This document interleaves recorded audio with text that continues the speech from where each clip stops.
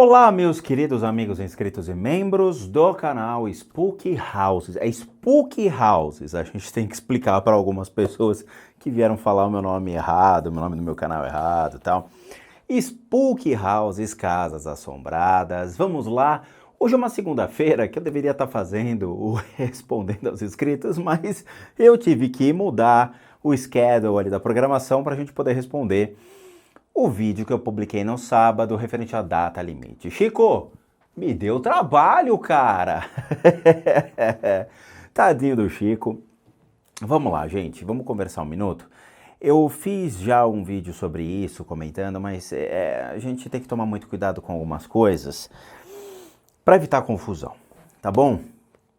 Sábado, dia 20 de julho de 2019, considerada a data limite de Chico Xavier, a qual 50 anos atrás, ele, falando com Geraldo Lemos, que é considerado seu sobrinho adotivo, ok? Comentou que seria uma data limite para a qual possivelmente nós entraríamos ali num período onde seres do espaço iriam se manifestar, iriam se pronunciar junto aos povos da Terra. Então, assim, eu separei o áudio aqui, tá? Eu peço perdão ao criador do filme Data Limite, porque, assim, o vídeo foi publicado na internet. E, assim, eu não gosto disso, tá? Mas eu vou utilizar só o áudio para que vocês escutem o que o sobrinho do Chico vai dizer, ok? Essa é a parte do Chico, que agora vai entrar. Então, se a gente chegar em 2019 em paz, que é o grande objetivo, né, de todos nós, vencer esse período com tranquilidade, com respeito mútuo entre as nações, entre as famílias, quebrando as barreiras de preconceito, os muros da separatividade, não é? Eu acredito que nós vamos então entrar numa era de profundas transformações e, como o Chico me disse, essas transformações trariam conhecimentos, trariam vantagens inimagináveis à própria organização social humana. E dentre essas vantagens viria o contato com civilizações mais avançadas do que a Terra, residentes em outros orbes planetários. Tá aqui. Isso foi apresentado no filme Data Limite, no minuto 32, tá? 32 e 15, 32 e 14, mas 32 em diante ele fala isso, tá? Desculpa, não vou utilizar a imagem do filme Data Limite, eu só utilizei o áudio para evitar qualquer transtorno ou problema. Vamos lá. Quando eu publico o vídeo no sábado, ele é um vídeo neutro. Em nenhum momento eu sou tendencioso a nada. Primeiro, o Chico, ele tem, como todo ser humano, duas faces. Uma face positiva e uma negativa ao longo de toda a sua história. Nós apresentamos a vocês um documentário de coisas boas e coisas ruins que foram apresentadas com fontes de pesquisa. Então, tudo que foi apresentado tem uma origem, tudo que foi apresentado tem um contexto. Então, dentro da sua história, eu falei sobre a história, a infância, os abusos da madrinha, o contato e a adesão a centro espírita, à doutrina espírita, as primeiras obras psicografadas, o caso Humberto de Campos, o filme Nosso Lar, o caso do Amor e Pena, a década de 1960 e a parceria com o médium Valdo Vieira, que eu recomendo que assistam os vídeos do Valdo falando sobre o Chico. A década de 1970, entrevistas no programa Pinga Fogo, as décadas de 1980 e 90 e a morte do Chico, tá? Tudo isso publicou, tudo isso está na internet, tudo isso é objeto de pesquisa e conhecimento. Qualquer ser humano pode entrar lá na internet e pesquisar realmente o que é a história dele. Mas, assim como todo ser humano, principalmente Chico, existe um outro lado. E este outro lado parece que mexeu com o emocional das pessoas, mexeu com a aflição do ser humano e começou a gerar questionamentos. Gente, todo mundo aqui tem um lado que não é legal. Todo mundo aqui é positivo e negativo, todo mundo é yin e yang. A gente tem um lado contrário, tem os problemas, tem os processos, tem os questionamentos, tem os pontos de vista, tem problemas familiares, tem um monte de coisa. E o Chico não estava longe disso, mas quando colocado dentro de suas crenças, aí complica. Então, sobre as práticas de direito autoral, como realmente aconteceu toda a parte da psicografia, o testemunho do sobrinho que disse que ele era um charlatão, veja, um sobrinho que foi criado para ser o substituto do Chico, foi doutrinado dos 13 aos 17 anos, ele foi colocado como o substituto. Ele recebeu toda a doutrina, recebeu todo o ensinamento das psicografias e ele veio ao público dizer que o Chico era um charlatão. Existem até comentários, gente, na internet e realmente notícias falando que o sobrinho, ele foi internado como louco e foi envenenado. Ele sofreu 3 tentativas de assassinato e na terceira última ele acabou morrendo envenenado.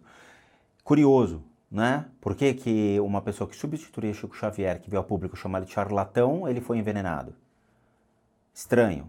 Então tem coisas que a gente não sabe, tem coisas que não dá para afirmar, por isso que eu nem coloquei essa notícia aí. O testemunho da irmã, na qual ele foi lá e previu que ela ia morrer, não morreu, previu que ia morrer, não morreu, previu que ia morrer, não morreu. A mulher falou, para, cara, tá ficando chato. Toda vez você tá falando que eu vou morrer e não morro, para, cara. Sabe, são previsões complicadas.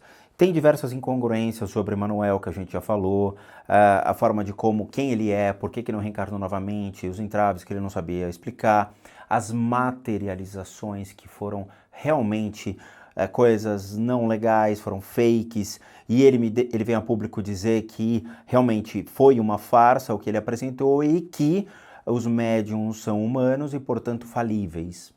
Isso está no vídeo, então realmente houve uma falha, ele mentiu, ele disse que Otília Diogo, junto a ele, estavam materializando espíritos, transformando espíritos em gente, e na verdade aquilo era gente, que eles estavam tentando materializar, eles fingiram, era uma pessoa e descobriram até as roupas, as vestes dessa pessoa e tudo mais.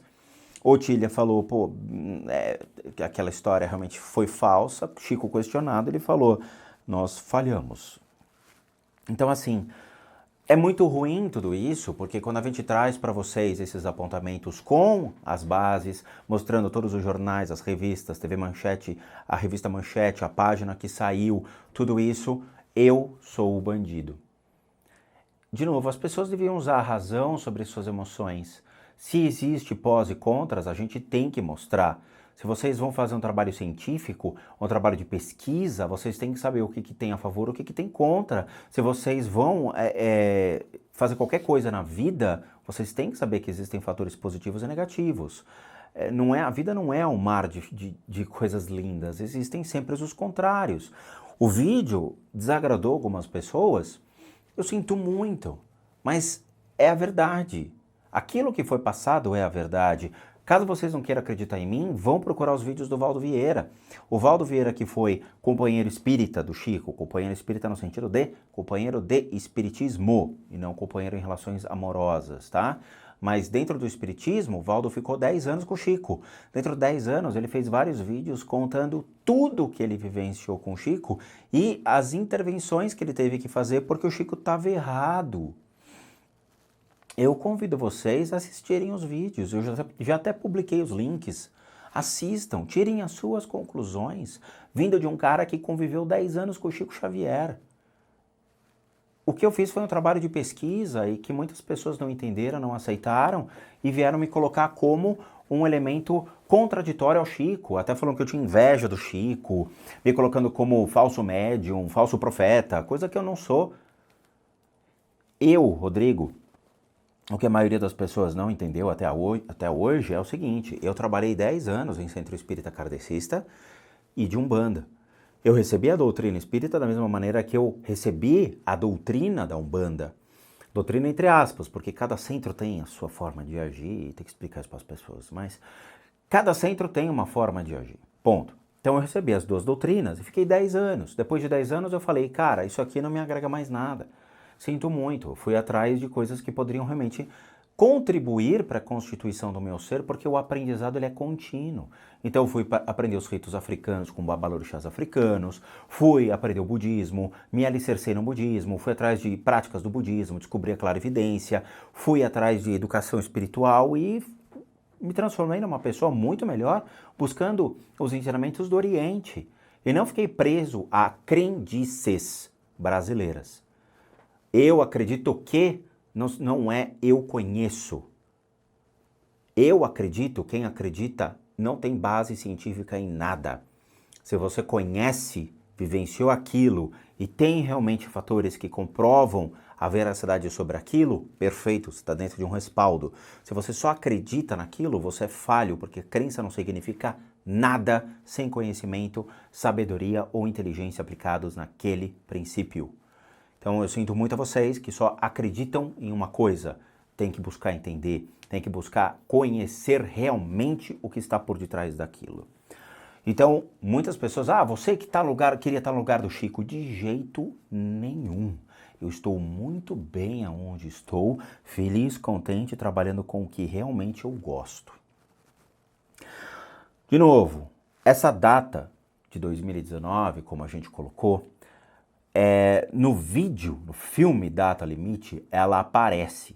No programa Pinga Fogo, ela fica subentendida, mas não existe a data no programa Pinga Fogo. Só existe a necessidade de adquirirmos uma percepção maior sobre quem nós somos, o porquê nós estamos aqui e sobre irmandade, fraternidade, cumplicidade, companheirismo, amizade, amor, tudo aquilo que realmente o Espiritismo prega, mas que não é visto no dia de hoje.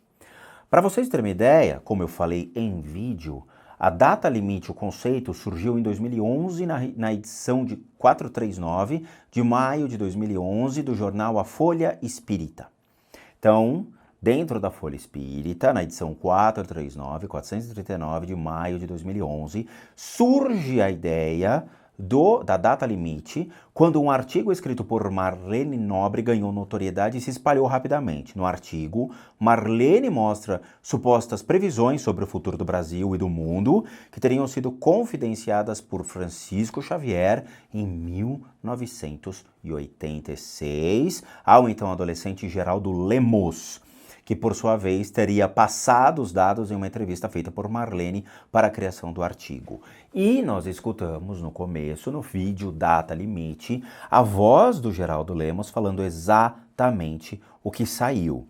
É muito ruim porque outros médios que acompanham o Chico, tem o Rivaldo não sei o quê, eu ouvi agora há pouco um vídeo dele, ele desmente, ele fala, cara, pelo amor de Deus, não vamos acreditar nisso não é melhor não colocar isso, entendeu? E veio falar, tá aqui, Divaldo Pereira Franco, ele fala sobre a data limite e eu achei complicado. Porque ele desmente isso. Ele fala que não, que aquilo não existe, aquilo foi um erro e que o Chico não tem que falar nada, ele não tem que prever nada. Quer dizer, existe até um descaso sobre isso. Quer ver? De servente de pedreiro a milionário. E detalhe, Propaganda. eu saí do negativo. A próxima pergunta. Divaldo, na internet, no movimento espíritas, se tem dialogado e falado sobre uma suposta previsão feita por Chico Xavier para 2019. Qual a sua opinião sobre isso? Obrigada. Obrigada. Eu tive a oportunidade de conhecer Chico Xavier por mais de 40 anos. Quando foi propagada essa ideia, me chamou a atenção a maneira pela qual foi propagada. Chico Xavier era muito discreto e, que eu saiba, nunca fez revelação de natureza profética. Há poucos anos, quando se acreditava que o mundo ia se acabar, surgiu a notícia de que Chico Xavier teria confiado a um amigo que nos merece o melhor respeito e carinho. Geraldo Lemos, que era o sobrinho dele. Durante todos esses anos. E resolveu narrar, utilizando-se da sua memória mediúnica.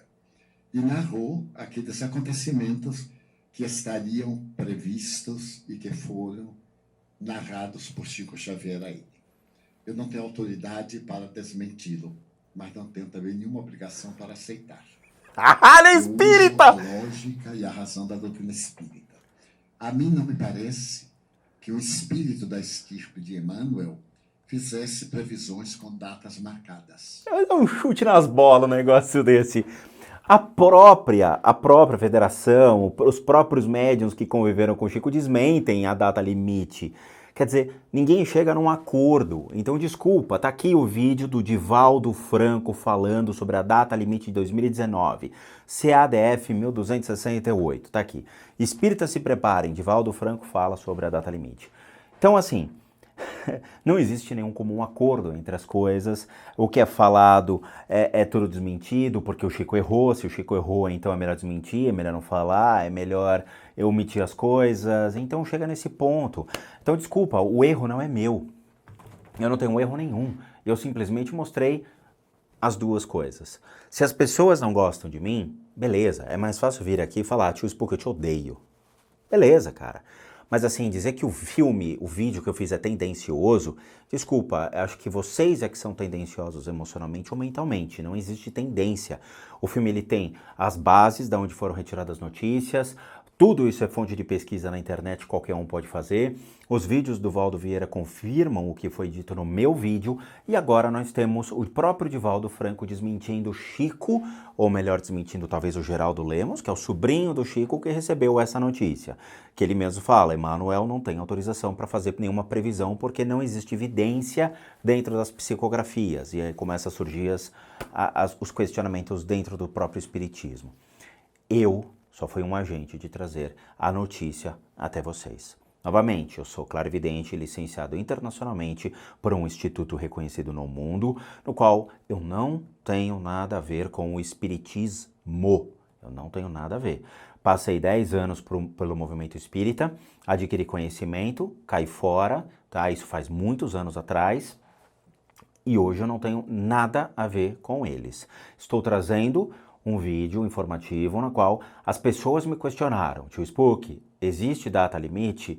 Existe essa questão? Existe uma possível invasão, entre aspas, a qual foi o motivo de questionamento no vídeo? Até porque, vamos entender uma coisa, se uma aeronave não identificada passa pelo céu dos Estados Unidos, do Brasil, da Colômbia, da Venezuela, do Chile, do Peru, ou do Canadá, ou de qualquer lugar do mundo, ele é um invasor. Aconteceu aqui, no caso, de um avião cruzar o céu do Amazonas, ele era um avião de traficantes. Eu vi essa cena, os aviões da Força Aérea Brasileira levantaram, foram atrás e abateram o avião na floresta. Abateram, porque ele não se identificou. A mesma coisa acontece em todos os casos de OVNIs do mundo. Os aviões de caça, os MiGs, eles são acionados para abater essas aeronaves. Caso não seja identificado, eles têm total permissão para disparar, sim, e abater. Então, muitos OVNIs no mundo, eles caíram. A gente tem casos de OVNIs que caíram na União Soviética, na época de Hitler, no Canadá, onde for. Os caras abatem. Então, assim, se é um objeto voador não identificado, ele é um invasor do céu de qualquer território do mundo e ele vai ser abatido. Então, a gente está entrando em critérios que não tem nada a ver com o filme, mas beleza, tá? Então, assim, eu não tenho nada a ver, o Chico tem a história dele, eu tenho a minha história, eu só relatei uma história real da vida do Chico, objeto de pesquisa e fonte, ok? Muitas pessoas também me questionaram alguns pontos que eu não abordei no filme. Chico Xavier nunca recebeu um puto com relação à venda dos livros. Valdo Vieira foi claro em seu vídeo, falando que houve a necessidade de propagar rapidamente a doutrina espírita por meio das psicografias de Chico. Tudo era motivo para o Chico psicografar, tudo. Até mesmo quando o Chico sofreu realmente um processo do uso de direitos autorais de maneira errada e equivocada, ele foi lá, tomou um processo, ele fez o Espiritismo dentro do tribunal.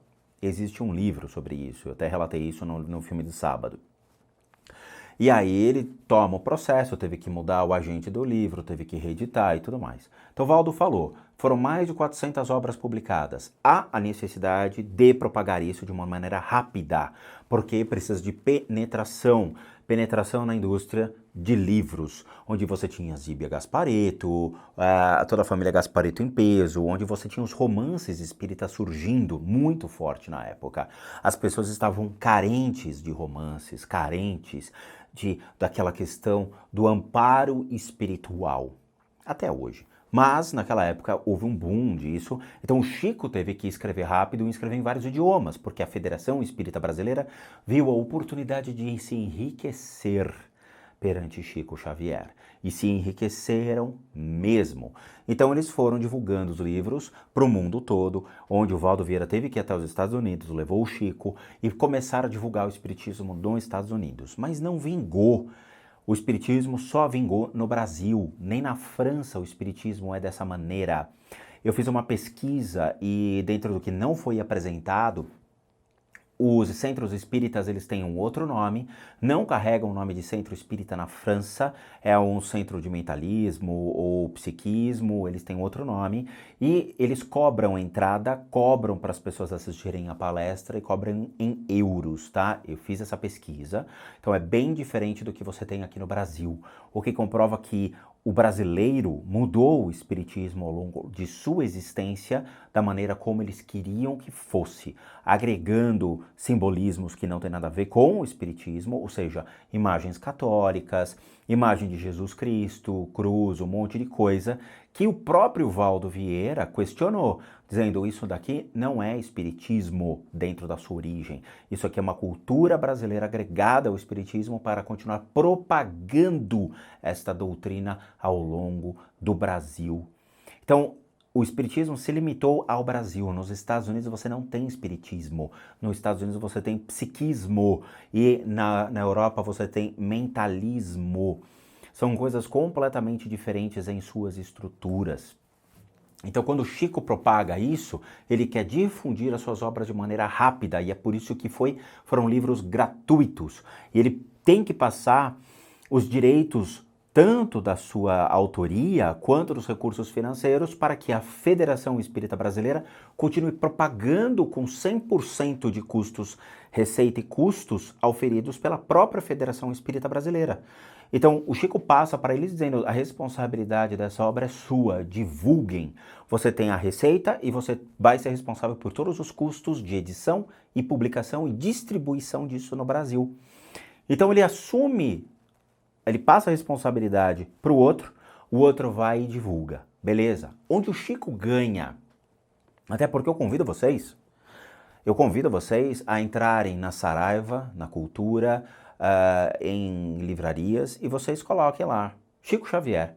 Vocês vão ver quanto custam os livros do Chico hoje. Custam. Data limite na época custava 50 pau, quando foi lançado. Então assim, alguém ganha dinheiro com a venda dos livros. Ganha. Onde o Chico pode ganhar dinheiro a respeito disso? No serviço. Tudo tem um serviço, tudo tem um valor agregado, tudo tem um plus. Na hora que você pede comida na sua casa, você paga o delivery. Paga. Às vezes sai 10, 15, 20 reais a entrega de comida na sua casa, dependendo de onde você mora, né? Principalmente no Acre. Brincadeiras à parte. Mas, o que acontece? Você ganha pela distribuição. Veja o caso de João de Deus. João de Deus, ele criou vamos dizer assim, uma cidade inteira sobre seu nome. João de Deus City. A cidade era 100% em pró a João de Deus. As lanchonetes, os hotéis, os restaurantes, tudo servia ao público do João de Deus. Todos iam lá para passar pelas curas milagrosas do próprio João de Deus. Ele recebia alguma coisa? Não. João de Deus nunca cobrava pelas suas consultas ou seus tratamentos, suas curas. E aí o povo brasileiro fala, nossa, é gratuito, não se deve cobrar.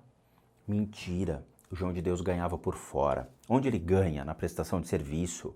Que tipo de serviço? Você vai numa lanchonete, quanto custa a água? 10 reais. Peraí, uma garrafa de água, 10 reais? 10 reais. Porque diziam que era abençoada por João, só que você pagava, o João recebia um percentual das vendas da lanchonete. Hotel, João recebia um percentual dos hóspedes que ficavam no hotel. Restaurantes e tudo, translado, tudo ele recebia. Ele recebia, tanto que na casa dele pegaram 2 milhões, sei lá, em espécie, em grana, que estavam guardados dentro de um armário. Tudo isso era transferido. Se fosse ver, talvez na conta bancária do cara, devia ter nada. Mas ele repassava esses valores. Por isso que ele gerou toda a prestação de serviço da cidade. Idem ao Chico Xavier. Desculpa, cara, mas assim, nós vivemos em um mundo de necessidades. O Chico tinha necessidade de comer, alguém tinha que dar comida ao Chico, comida custa, comida não é de graça.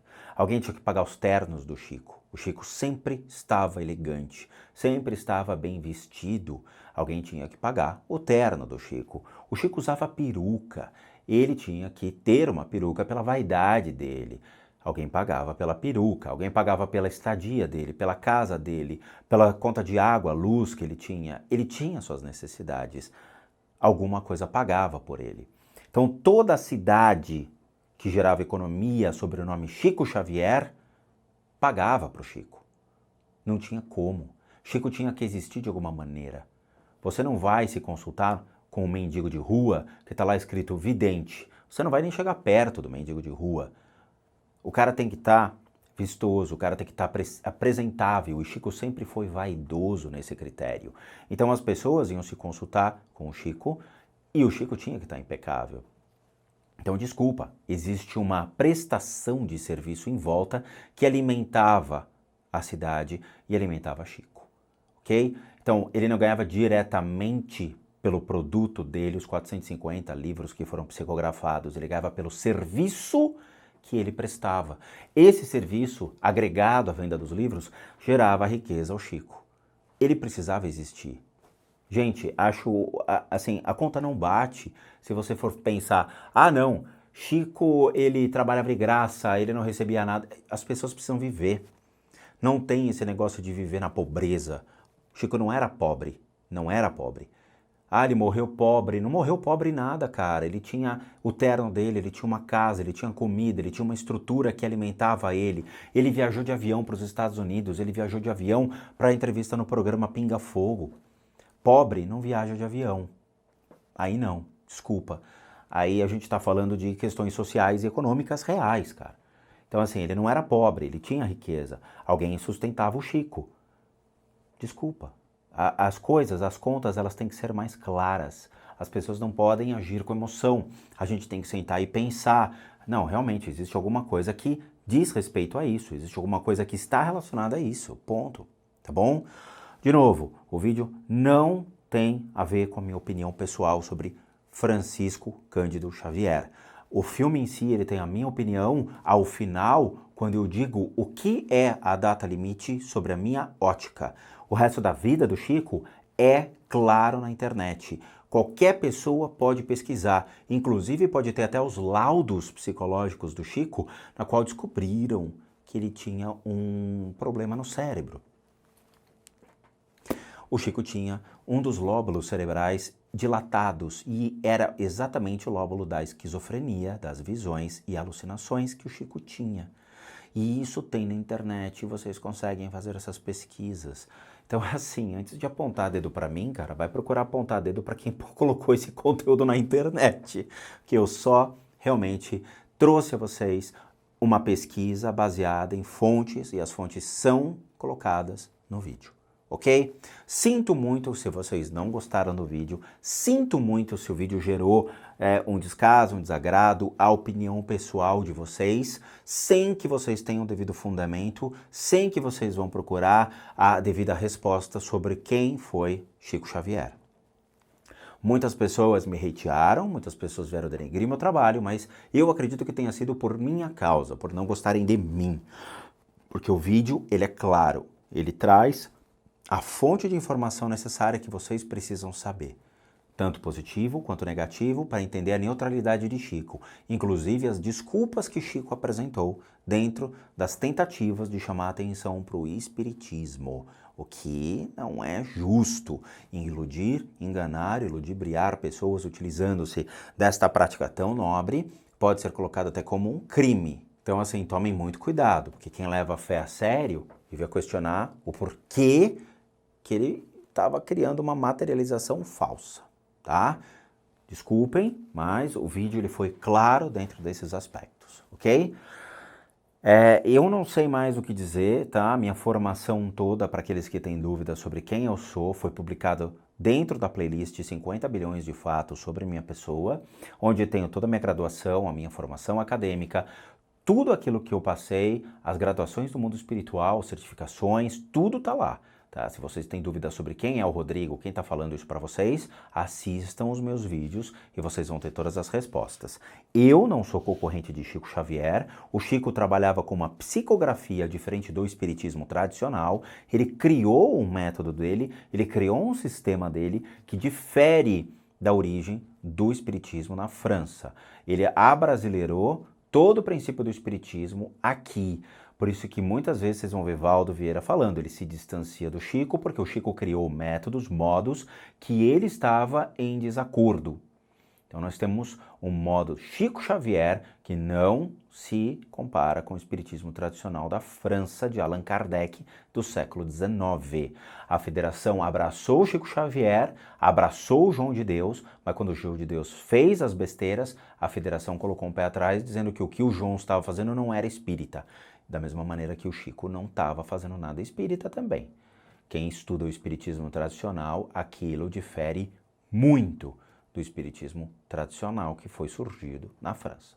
Tá? Então vamos ter que entender que as pessoas adaptaram os sistemas para o dia de hoje. Existem falhas, existem erros, existem questionamentos e apontamentos dentre todas essas histórias. João de Deus caiu, tá? Mas ele ficou 40 anos ali atendendo pessoas. Francisco Cândido Xavier, ele teve seus lados negativos, ele teve uma história sofrida de vida, ele teve princípios de esquizofrenia, como comprovados em laudo, ele teve um sobrinho que disse que ele era charlatão, ele teve uma mãe, entre aspas, que cuidou dele, que na verdade era uma das irmãs, sei lá, cuidou dele, e que também acusava ele de charlatanismo. Tá? Então, assim, a gente teve situações da vida do Chico conturbadas que fizeram ele muitas vezes sair, fugir de um estado para outro. Então vamos colocar o pezinho no chão, vamos assistir o vídeo de maneira correta, sem tendência, sem emoção, indo para o lado da razão e entendendo que existem dois lados de uma moeda, tá bom? Eu espero que vocês tenham entendido. Eu estou vindo com muita calma, vindo aqui explicar de novo para vocês, porque é complicado quando lida com o âmago, com o ego, que fica com o ego aflorado, tá? Quando mexe com uma situação de uma pessoa que se coloca tão querida para vocês, mas que vocês não sabem nem um pouco da história do Chico. Não sabiam nada do que foi apresentado no vídeo, não fizeram a pesquisa e nem leram os livros do Chico. É sério, tá bom? Então, por favor, se atentem ao conteúdo, se atentem ao que foi colocado e apresentado e ajam com educação dentro dos vídeos. Educação. Pessoas que são mal educadas vão ter a resposta à altura. Ok? É isso. Tá? Esse vídeo é só para trazer essas informações, as discrepâncias espíritas e tudo mais. Eu espero que, por favor, parem um minuto e reflitam sobre o vídeo, parem um minuto e reflitam sobre as suas emoções para que vocês entendam de uma maneira racional tudo o que foi dito. É isso. Quero agradecer a todos que assistiram esse vídeo, a todos que tiveram paciência para ver de novo, para entender tudo o que foi dito, para ter uma lógica mais racional. Eu agradeço de coração aqueles que ficaram do meu lado, aqueles que acreditaram no que eu estava falando, que entenderam o que eu estava dizendo e que não tomaram partidos tendenciosos em nenhum aspecto, que realmente permaneceram ali olhando, falando, eu sei que o tio Spook não está denegrindo ninguém, ele está trazendo apontamentos positivos e negativos para que a gente tome a iniciativa e veja realmente o que é essa história. Muitos canais ficaram em cima do muro, muitos canais foram tendenciosos, muitos canais não têm a menor noção daquilo que foi pesquisado e simplesmente fizeram um vídeo para ganhar visualizações. Meu intuito é trazer elucidação às pessoas, ok? É isso, eu quero agradecer de coração, vejo vocês nos próximos vídeos. Esse é um vídeo fora mesmo, tá? E assim, a gente volta na programação normal. E bons sustos a todos nós.